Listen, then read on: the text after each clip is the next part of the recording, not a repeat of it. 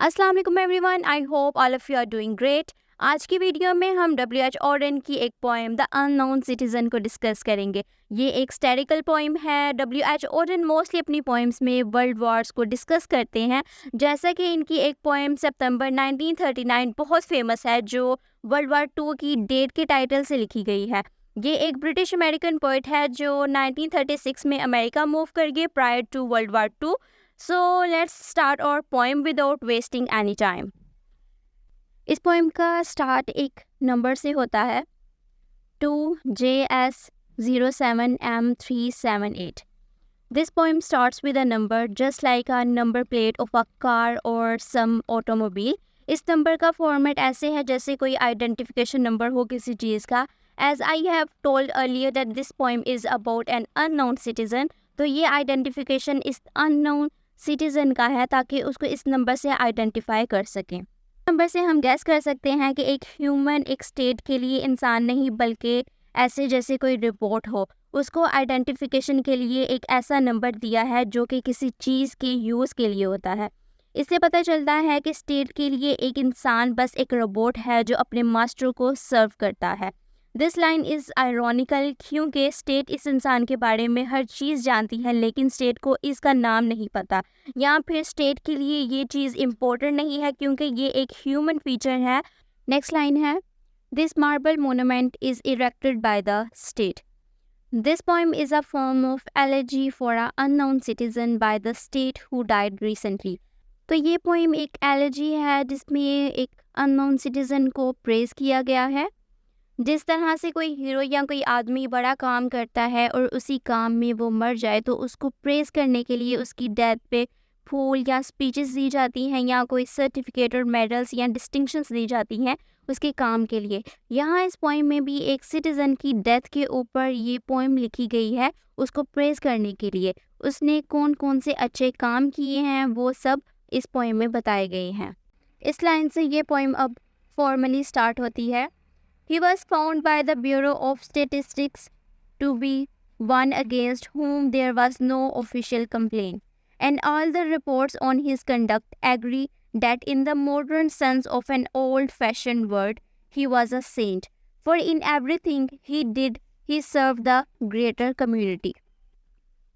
Bureau of statistics से पता चलता है कि अननोन सिटीज़न के बारे में कोई कंप्लेन नहीं की गई और सब रिपोर्ट्स जो इस आदमी की हैं उससे ऐसा लगता है कि ये आदमी एक सेंट है पुराने ज़माने की तरह, और आज तक इसने जो कुछ किया है, जो भी काम किया है वो ग्रेटर कम्युनिटी को सर्व करने के लिए किया है। ब्यूरो ऑफ स्टैटिस्टिक्स एक इंस्टीट्यूशन है स्टेट का जो सिटीज़न की स्पेसिफिक डोमेन ऑफ लाइफ को चेक एंड बैलेंस रखता है, जैसे कि क्राइम्स जो किसी इंसान ने किया हो तो अननोन सिटीज़न की रिपोर्ट से पता चलता है कि उसके खिलाफ आज तक कोई ऑफिशियल कंप्लेन नहीं की गई, यानी कि उसने कुछ गलत नहीं किया आज तक सिस्टम को अपसेट करने के लिए या कभी भी कोई काम स्टेट सिस्टम के खिलाफ नहीं किया, जिससे पता चलता है कि वो सिटीज़न एक कन्फर्मिस्ट है। कन्फर्मिस्ट वो इंसान होता है जो सोसाइटी स्टेट के रूल्स को विदाउट एनी क्वेश्चंस फॉलो करे। जिस तरह ब्यूरो ने अपनी रिपोर्ट दी है अननोन सिटीज़न के बारे में, इसी तरह बाकी इंस्टीट्यूशंस ने अपनी रिपोर्ट्स दी हैं जिससे अननोन सिटीज़न के कंडक्ट के बारे में पता चलता है कि उसने आज तक कोई गलत काम नहीं किया, वो एक एग्जाम्पलरी सिटीज़न था। इसकी वजह से वो मॉडर्न वर्ल्ड का एक सेंट कंसिडर किया गया है। जैसे कि पहले सेंट्स गॉड से बहुत लॉयल और फेथफुल होते हैं, कोई भी ऐसा काम नहीं करते जिससे गॉड अपसेट हो। इसी तरह से मॉडर्न वर्ल्ड का सेंट यानी आइडियल सिटीज़न वो भी अपनी स्टेट और गवर्नमेंट के साथ ऐसे ही लॉयल और फेथफुल है जैसे कि एक पुराने ज़माने का सेंट। और उस अननोन सिटीज़न ने आज तक जो कुछ भी किया है वो ग्रेटर कम्युनिटी को सर्व करने के लिए किया है, जहाँ कम्युनिटी को एज अ स्टेट इंस्टीट्यूशन कहा है। नेक्स्ट लाइन है, except for the war till the day he retired, he worked in a factory and never got fired, but satisfied his employers Fudge Motors. Unknown citizen एक factory Fudge Motors में काम करता था और कभी उसको काम से निकाला नहीं गया। उसके एम्प्लॉयर्स उससे सेटिस्फाइड थे, उसने कभी काम नहीं छोड़ा रिटायरमेंट तक, सिवाय वर्ल्ड वॉर में जब उसने वॉर में पार्टिसिपेट किया था। उसने वॉर में पार्टिसिपेट किया था इसलिए क्योंकि वो उसकी स्टेट के लिए बेनिफिशियल था। उसने अपनी मर्ज़ी से नहीं किया था या अपनी कोई उसकी पर्सनल चॉइस नहीं थी। उसने वॉर में पार्टिसिपेट किया जस्ट क्योंकि उसकी स्टेट के लिए बेनिफिशियल था। इन लाइन से हमें मज़ीद उसकी लाइफ के बारे में पता चलता है कि उसने आज तक एक ही जगह जॉब की। इससे उसकी रैशनैलिटी, लाइफ एक्सपीरियंस और कन्फॉर्मिस्ट एटीट्यूड का पता चलता है। नेक्स्ट लाइन है, yet he wasn't a scab or odd in his views, for his union reports that he paid his dues. Our report on his union shows it was sound. Now in the following lines, the poem moves on from the dead man's working life to his views and social interactions. जैसा कि इन lines में कहा है कि he wasn't a scab. Scab वो worker जो strike करे against company और गवर्नमेंट रूल्स के और पॉलिसीज़ के अपने बेनिफिट के लिए, और ना ही उसके ऑड व्यूज़ से, बल्कि उसके ऑर्डिनरी व्यूज़ से जैसे कि नॉर्मल सिटीजन्स के होते हैं। यहाँ ऑड व्यूज़ यानी कि उसके कोई रैशनल या एक्स्ट्रा ऑर्डिनरी व्यूज़ नहीं थे चीज़ों को लेकर, बल्कि जो स्टेट कहती या करती है वो सिंपली उसको फॉलो करता है। बाकी सब रिपोर्ट्स की तरह यूनियन रिपोर्ट से पता चलता है कि वो हमेशा अपने ड्यूज़ पे करता था और उसकी यूनियन प्रोफाइल काफ़ी स्ट्रॉन्ग है। ये सब रिपोर्ट्स उसका कन्फॉर्मिस्ट एटीट्यूड और गवर्नमेंट का कंट्रोल सिटीजन्स के ऊपर शो करता है। हर एक इंस्टीट्यूशन अपनी रिपोर्ट स्टेट को दे रहा है रिगार्डिंग हिज कंडक्ट, तो ये पता चलता है कि गवर्नमेंट बॉडीज़ का कितना ज़्यादा कंट्रोल है लोगों पर, और क्या वाकई एक मॉडर्न मैन फ्री है या उसके पास फ्रीडम है, क्योंकि आजकल एक स्टेट लोगों के थॉट्स तक का चेक एंड बैलेंस रखती है। एंड और social psychology workers found that he was popular with his mates and liked a drink. In lines में अननोन सिटीजन के सोशल इंटरेक्शन के बारे में बताया गया है। सोशल साइकोलॉजी वर्कर्स बाकी इंस्टीट्यूशंस की तरह इनकी रिपोर्ट से पता चलता है कि अननोन सिटीजन अपने मेट्स और फ्रेंड्स में काफ़ी पॉपुलर था और उनके साथ सोशल गैदरिंग में ड्रिंक के ऊपर भी इनवाइटेड होता था, यानी कि लोगों के साथ उसका रिलेशन अच्छा था। ऐसा नहीं है कि लोग उसके बारे में बुरा समझते थे। इन लाइन से स्टेट की पावर का पता चलता है कि गवर्नमेंट और स्टेट का कंट्रोल कितना ज़्यादा है। स्टेट ना सिर्फ ड्यूटी और वर्क लाइफ को कंट्रोल करती है बल्कि पर्सनल लाइफ को भी इवेल्युएट करती है। It means people are expected to behave in a certain way that appeases the authorities even when they are on off time. Next, the poet says, the press are convinced that he bought a paper every day and that his reactions to advertisements were normal in every way. इस stanza में बताया है कि press is convinced कि unknown citizen daily newspaper ख़रीदता था और उसके reactions advertisement के अगेंस्ट बहुत नॉर्मल थे।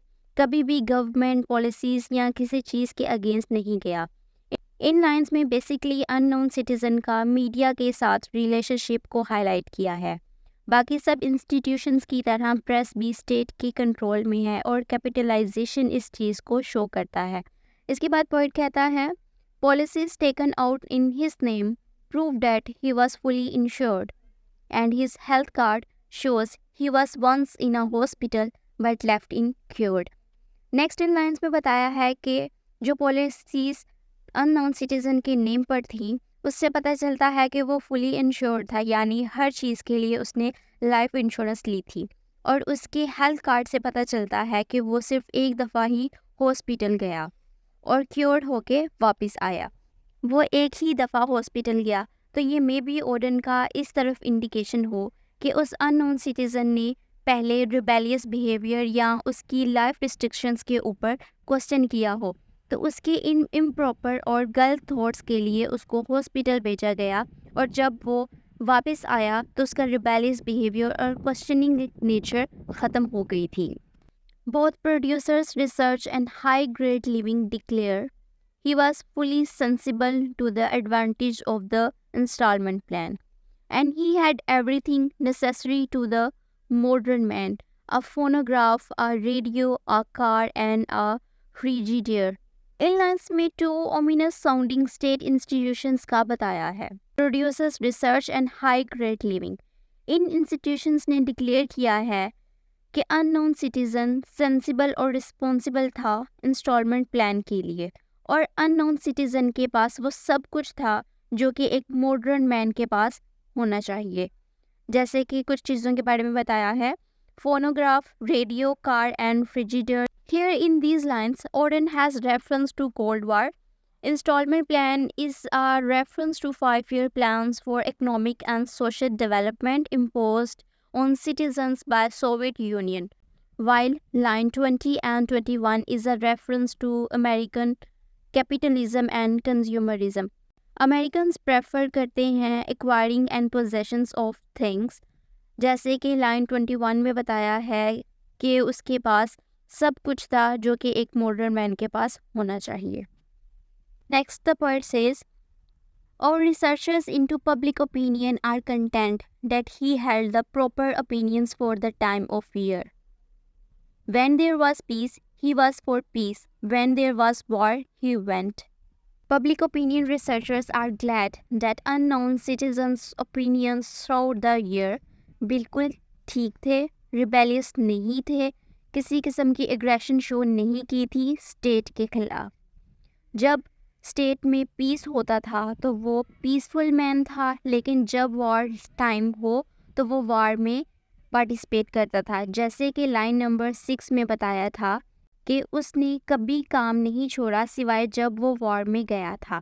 इन लाइन से पता चलता है कि उसकी कोई पर्सनल थिंकिंग नहीं है, वो पीस लवर या डिस्ट्रक्टिव नेचर का आदमी नहीं था, बल्कि जैसे स्टेट उसको कहती थी और जब कहती थी वो वैसे ही रिएक्ट करता था। इन लाइंस में भी इसका कन्फॉर्मिस्ट बिहेवियर शो किया है।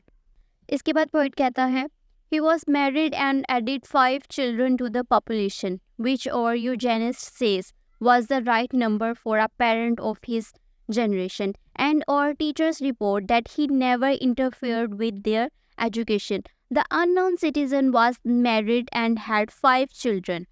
Eugenist के अकॉर्डिंग 5 बच्चे एक पेरेंट जो कि उसकी जनरेशन का है उसके लिए बिल्कुल ठीक है।